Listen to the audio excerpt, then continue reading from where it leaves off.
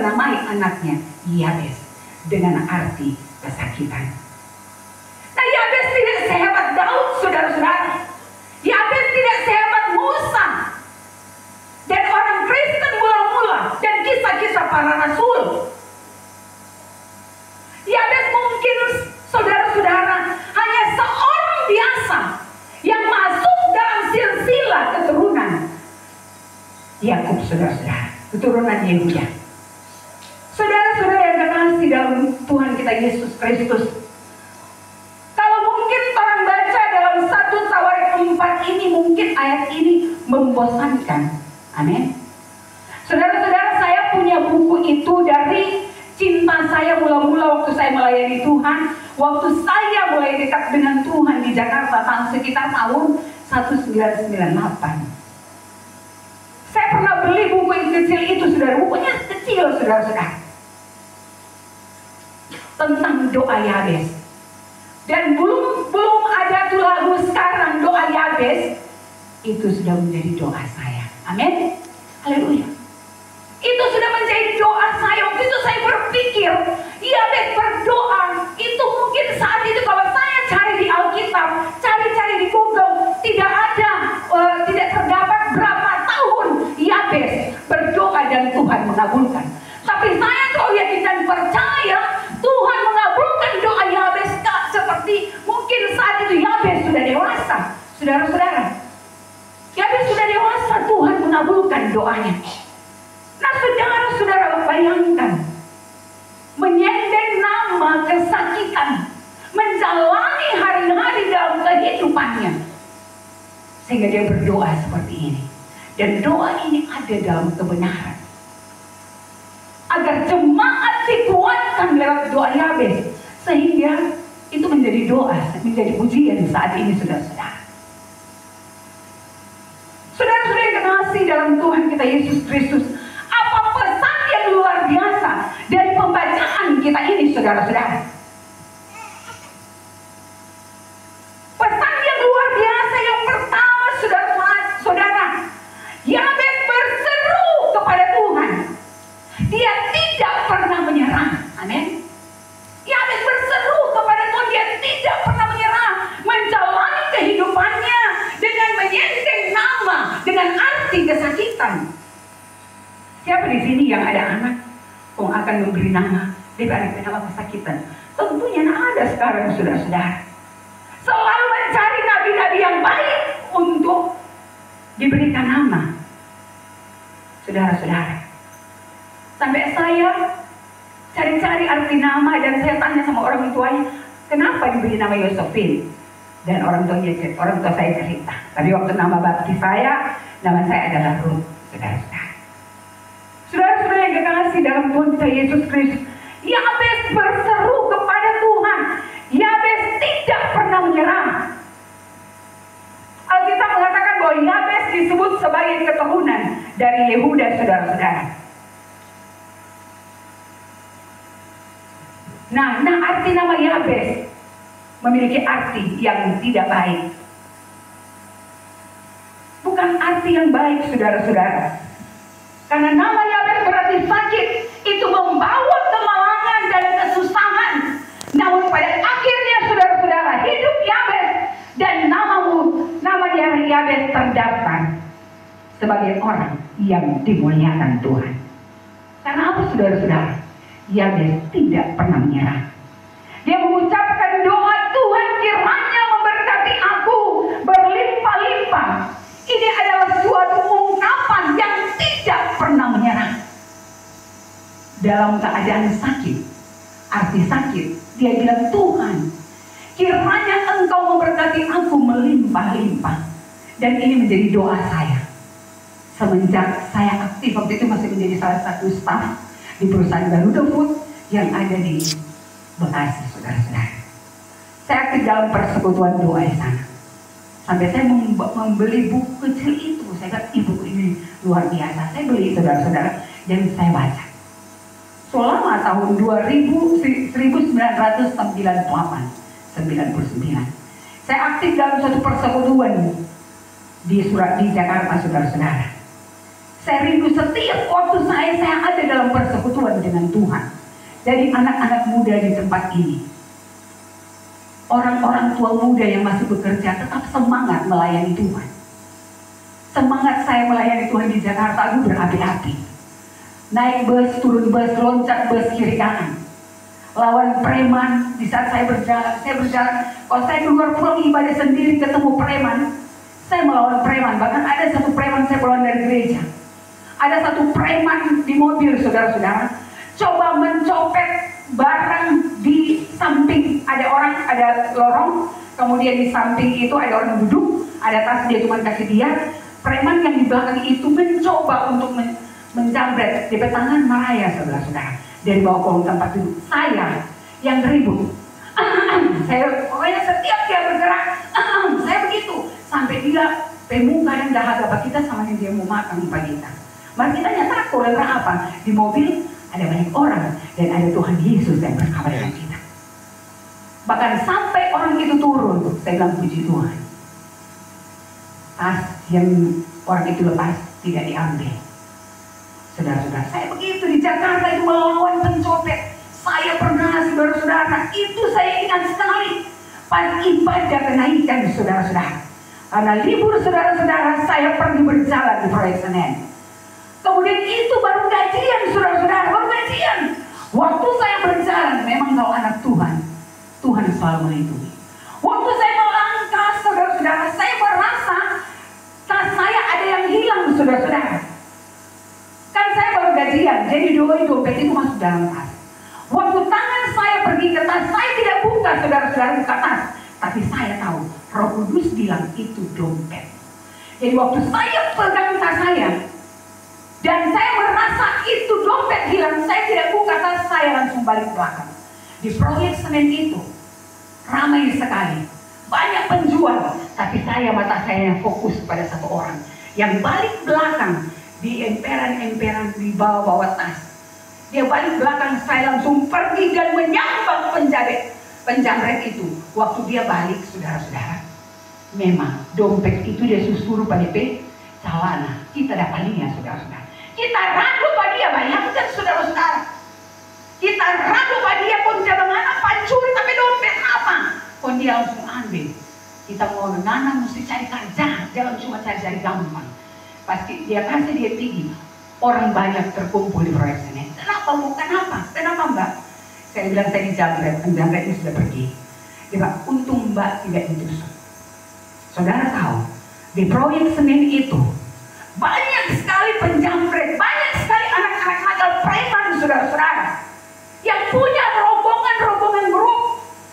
Kalau mereka jamret yang tas yang satu, mereka lempar ke yang lain. Jadi kalau dituduh ini tidak ada, padahal tas berpiji, saudara-saudara.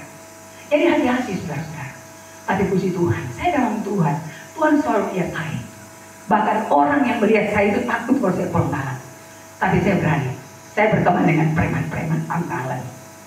Kalau saya pulang preman-preman Pangkalan itu, kak, banyak orang Medan Dongkian, kita orang Batak, saudara-saudara.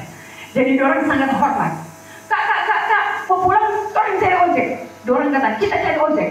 Datang ojeknya, dia bilang, bang, antar sampai depan rumah ya, jangan macam-macam. Coba bayangkan. Makanya saya berani. Itu karena apa? Karena Tuhan. Saudara-saudara, saya, saudara-saudara, tidak pernah menyerah dengan keadaan. Jadi orang jangan pernah menyerah seperti Yabes, tidak pernah menyerah. Meskipun saudara-saudara saya cuma anak SMA, saudara-saudara, dan saya tidak pernah menyerah kerja, saudara-saudara. Saya belajar bersama dengan Tuhan. Tuhan, kita cuma SMA. Berkati kita dengan berkat yang melimpah-limpah. Dan kita selalu bilang, Tuhan lemparkan ladang-ladang pekerjaan hamba-Mu. Itu doa saya dulu, saudara-saudara. Dan puji Tuhan, saudara-saudara, sampai saat ini Tuhan mengembangkan pekerjaan saya. Saya dikirim ke Bali, dikirim ke Surabaya, dikirim ke Lampung, dikirim ke Makassar, saudara-saudara. Dikirim ke Palu, ke Manado. Dikirim ke Manado, kemudian ke Palu, dan saya balik lagi di Manado, saudara-saudara. Tuhan membawa saya dengan berkat-berkat yang luar biasa. biasa saudara-saudara doa Yabes. Dan saya sangat diberkati dengan doa ini. Kiranya Engkau memberkati aku berlimpah-limpah dan memperluas daerahku. Itu doa saya. Saudara-saudara yang kasih. Jadi saya tahu dan yakin Tuhan menjawab doa Yabes ini. Yabes sudah dewasa. Karena dia sudah memperluas. Karena kecil kan memperluas dan daerah-daerah apa kalau anak kecil juga dia bermain-bermain, saudara-saudara. Jadi Tuhan menjawab doa Yabes ini. Di Alkitab saya cari, ya tidak ada umur berapa. Tapi saya yakin dan percaya doa Yabes dijawab di saat Yabes dewasa. Tuhan menjawab doa Yabes. Saudara-saudara yang kasih dalam Tuhan kita Yesus Kristus. Jadi apa persoalan? Apa masalah kita, saudara-saudara? Jangan pernah menyerah. Tetap maju dalam Tuhan. Haleluya. Keluarga yang kemarin baru bilang, tetap semangat. Ica tetap semangat. Yakin Bapak di sana melayani bersama dengan Tuhan. Amin. Suatu saat akan bangun dalam. Haleluya. Tetap semangat melayani Tuhan. Kalau dulu Papa jaga antara pemain pelayanan kemana ibadah, sekarang Ica gantian. Amin. Haleluya. Ica sekarang gantian. Semangat Cak. Tuhan akan mengangkatmu. Amin. Tuhan akan memberkatimu. Doa yang akan menjadi bagian. Amin. Haleluya. Kamu akan menjadi kepala dan bukan ekor. Kamu akan tetap naik dan bukan turun. Itu saya alami. Bagaimana Tuhan membawa saya.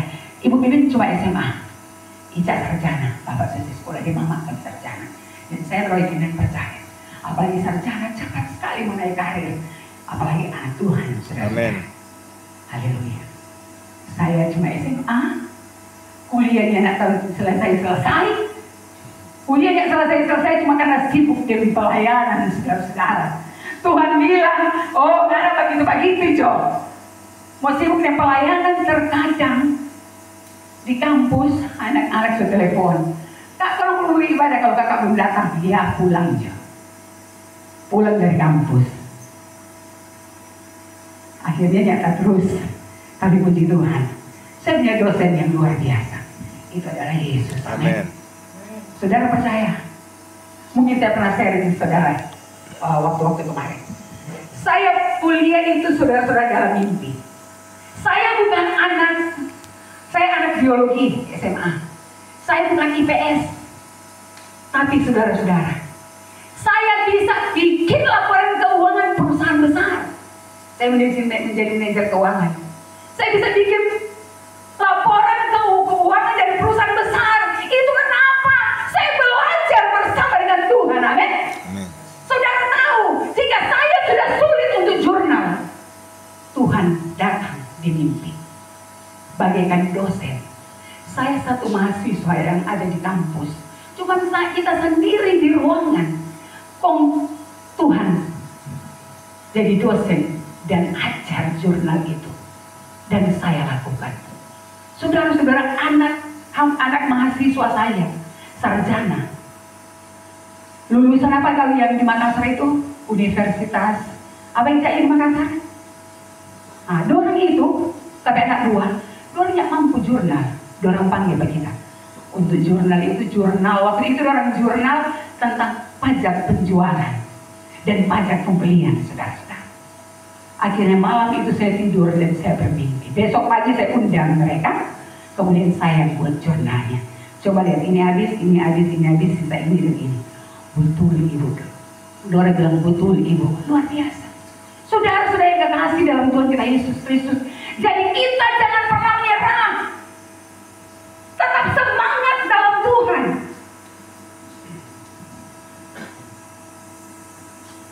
Masalah persoalan yang ada di belakang kita Yabes.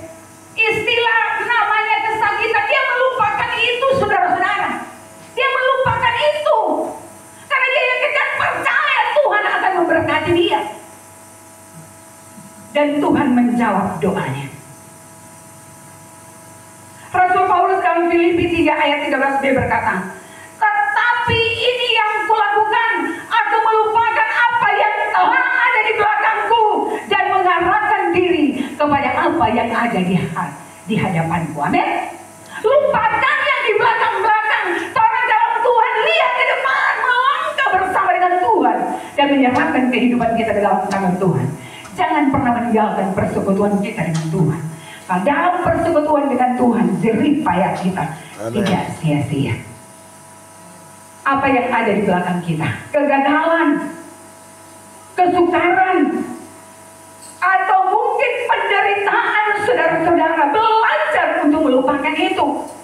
Saya belajar untuk melupakan bagaimana saya lahir dari keluarga yang broken home, saudara-saudara. Saudara tahu ayah saya meninggalkan saya waktu saya berumur 1 tahun. Ibu saya hanya seorang penjajah ikan keluar masuk kampung. Tapi saya melupakan semuanya, saya berjalan bersama dengan Tuhan. Dan Tuhan memberkati, menjawab setiap doa saya. Haleluya. Saudara-saudari kekasih dalam Tuhan kita Yesus Kristus. Dan kita tidak pernah menyalahkan siapapun. Saya tidak pernah menyalahkan orang tua saya. Kenapa mereka bercerai? Kenapa mereka berkelahi sehingga berpisah? Orang menceritakan, oh karena kata papa, ya namanya orang kaya zaman dulu. Saya diingatkan Tuhan.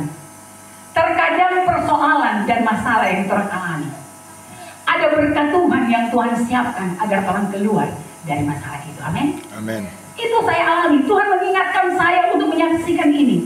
Saudara-saudara, waktu saya lagi diberkati di Palu, saya mempunyai usaha, saudara-saudara, distributor mitra perusahaan, mitra SNS namanya. Saya punya 1 sales, 1 sopir, saudara-saudara, dan 1 staff di rumah, 1 mobil box. Saudara-saudara, waktu usaha itu lagi meningkat, saudara-saudara. Usaha saya masuk 10 besar, saudara-saudara. Mitra yang 10 besar toko, saudara-saudara, yang ada di SNS Palu. Masuk omset 10 besar, selalu masuk 10 besar. Sehingga saya di Jakarta selalu diledekin. Jadi kalau saya presentasi toko-toko Pareto, orang bisa bilang ini, itu mitra di nama Rehoboth, saudara-saudara. Itu mitra Rehoboth itu, siapa punya kan? Doja singgung-singgung pak kita, saudara-saudara. Jadi usaha saya lagi maju-maju, saudara-saudara, ada yang tidak senang, amin. Dan saya dijelek-jelekan di pusat. Sampai ke pusat COO, saudara-saudara. Dijelek-jelekan. Dan Tuhan izinkan saya bertemu dengan COO di bandara, di Lons. Kalau berangkat saya masuk Lons, saudara-saudara. Puji Tuhan, Tuhan memberkati saya luar biasa. Jadi di saat di Lons itu kan hanya tempat-tempat orang-orang yang waktu itu yang ya cuma kita tuh yang susah yang masuk situ, amin. Jadi di situ ketemu dengan COO, presiden direktur, saudara-saudara, dari perusahaan kita. Waktu ketemu, memang kita sudah dengar, orang cerita. Ada yang jelek-jelekan kita, tapi kita tetap akan semua dan tanggung. Waktu ketemu atasan saya itu, CEO itu saya itu bilang, kamu katanya ada usaha, begini-begini dan lain sebagainya. Kalau dia katanya usaha jangan dibuat di rumah. Dia bilang begitu. Sudahlah Bu Pipin, buat aja Bu Pipin sewa rumah, biar mereka bisa Bu Pipin dengan kontrol, supaya tidak ada orang yang iri. Saudara-saudara yang kasih, tapi saya tidak pernah menjadi akar pahit sama mereka. Waktu kita dipindahkan karena itu, saudara-saudara, kita dipindahkan karena itu kita tidak membela diri. Amin. Kita disuruh membela diri, tapi kita tidak membela diri. Kita bilang kepada atasan, saya hanya serahkan ke dalam tangan Tuhan. Saya hanya butuh perlindungan Tuhan, pembelaan Tuhan, saudara-saudara. Dan apa yang terjadi, saudara-saudara? Tuhan bawa saya ke Manado, saya berangkat, saudara-saudara. Meninggal memang berat. Meninggalkan semua yang ada di sana. Saya tinggalkan karyawan. Saya berangkat dengan mobil dan 1 mesin cuci. Berangkat, saudara-saudara. Orang tua saya tetap di Palu. Usaha itu tetap berjalan. Saya berangkat pindah.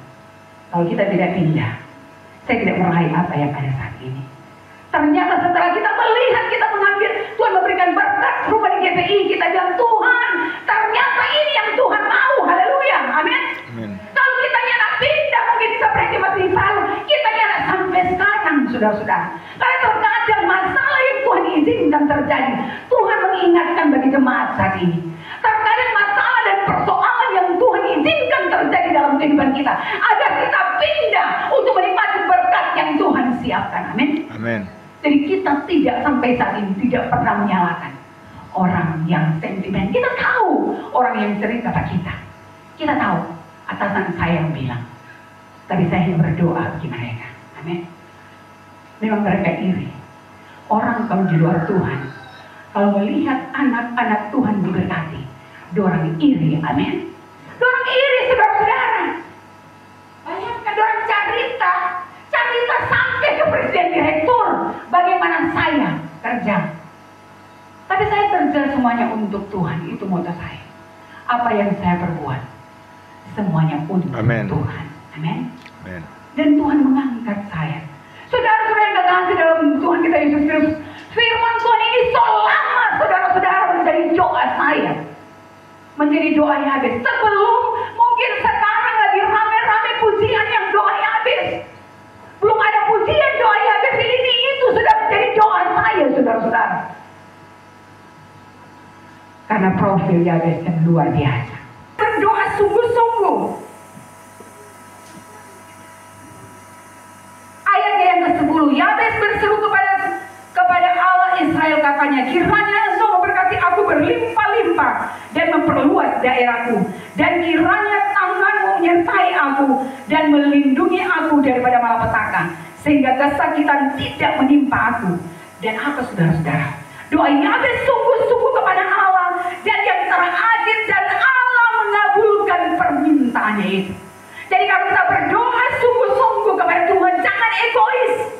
Berdoa sungguh-sungguh kepada Tuhan. Saya berdoa selalu, Tuhan berkati saya dengan berkat yang melimpah-limpah, tidak egois, dan jadikan saya saluran berkat bagi banyak orang. Nama Tuhan dipuji dan dipuji. Itu doa saya, saudara-saudara. Saya mau layani di gereja yang lain juga seperti itu, saudara-saudara. Sampai saudara-saudara si A dan si B jangan pernah menyalahkan orang lain, saudara-saudara. Kita harus berpikir positif. Masalah dan persoalan diizinkan Tuhan agar kita boleh menerima berkat di tempat yang lain. Dia berdoa sungguh-sungguh kepada Tuhan. Kita lihat Ishak, saudara-saudara, dalam Kejadian 25. Saudara, saya tidak akan membahas, nanti saudara baca 25 itu bagaimana Ishak berdoa, saudara-saudara, agar istrinya yang mandul, karena istrinya mandul, dan apa, Tuhan mengabulkan doanya. Berdoa sungguh-sungguh kepada Tuhan. Karena saudara-saudara, Yakobus 5 ayat 16b, firman Tuhan berkata, doa orang benar bila dengan yakin didoakan sangat besar kuasanya. Amin. Saudara-saudara yang kekasih, dan ayat selanjutnya, saudara-saudara, dalam Yakobus, saudara-saudaraku, bagaimana Elia berdoa agar hujan turun, dan Tuhan, Elia berdoa dengan sungguh-sungguh dan hujan pun turun. Amin. Jadi kalau orang berdoa sungguh-sungguh kepada Tuhan, yakin Tuhan akan menjawab tepat pada waktunya. Kalau sekarang Tuhan belum jawab, berarti nanti, saudara-saudara. Saudara gue yang kasih dalam Tuhan kita Yesus Kristus, itu selalu menguatkan saya. Kalau ada masalah, ada persoalan dalam kehidupan saya selalu berkata, Tuhan, persoalan saja yang dulu Tuhan tolong, apalagi yang saat ini saya berdoa, saya mampu keluar dari masalah ini. Amen. Dan hal itu Tuhan nyatakan. Saudara-saudara, dari poin yang ketiga, Yabes menjadi saksi, khususnya dalam pembacaan kita ini, menjadi saksi bagi kita. Karena apa, saudara-saudara? Ia lebih dimuliakan daripada saudara-saudaranya.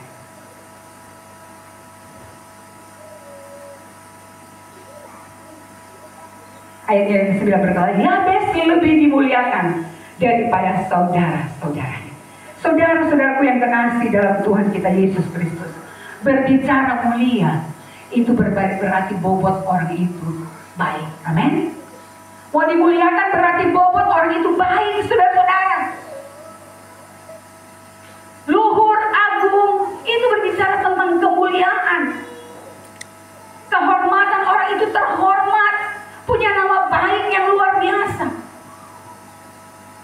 Seperti almarhum, almarhum saya selalu yakin dan percaya dimuliakan. Haleluya. Dimuliakan karena nama baik. Orang yang baik, saudara-saudara. Jadi dalam kehidupan saya dan saudara-saudara, agar kita mau dimuliakan, jadilah kesaksian yang hidup bagi banyak orang. Amin. Ibu-ibu jangan kalau banyak garota. Untung di sininya ada. Di gereja-gereja saya yang lain, yang dulu, jangan pernah menyerah. Naikkan doa kita kepada Tuhan dan kita jadi saksi bagi banyak orang. Amen. Karena Tuhan Yesus itu baik, sehingga kita bisa keluar dari segala persoalan dan merubah keadaan yang tidak baik akan menjadi baik. Amen. Jadi jangan pernah menyerah dengan keadaan kita. Kita alami saat-saat jalani saat-saat ini semangat bersama dengan Tuhan. Dan harapan kita tidak akan hilang.